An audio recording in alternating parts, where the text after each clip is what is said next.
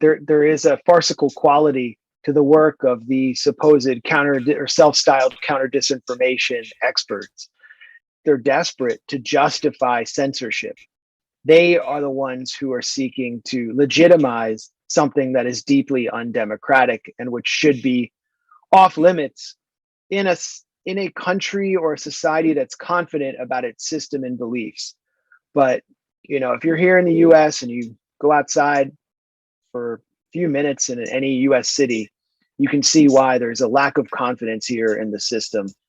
You watch an interview with our president. I mean, he never gets a hardball interview. Just watch him on a late night talk show with Jimmy Kimmel. He can barely finish a sentence. The establishment feels that the walls are closing in, and they're lashing out and swinging at shadows.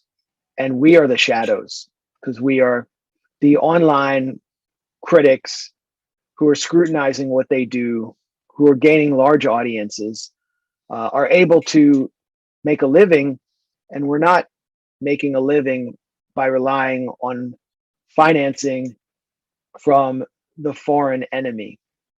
If that were the case, they could easily dismiss us and just say, you're done, because that's what they did in an undemocratic fashion to RT, Sputnik, and so on.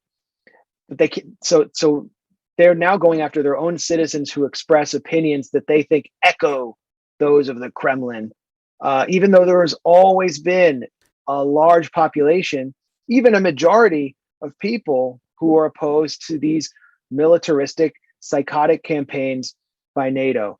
Now, there are, back to a point you made, there are people within the alternative media world who do support what Russia is doing militarily. They cheerlead for it, and they throw up Z's on their podcasts and whatnot. Yeah.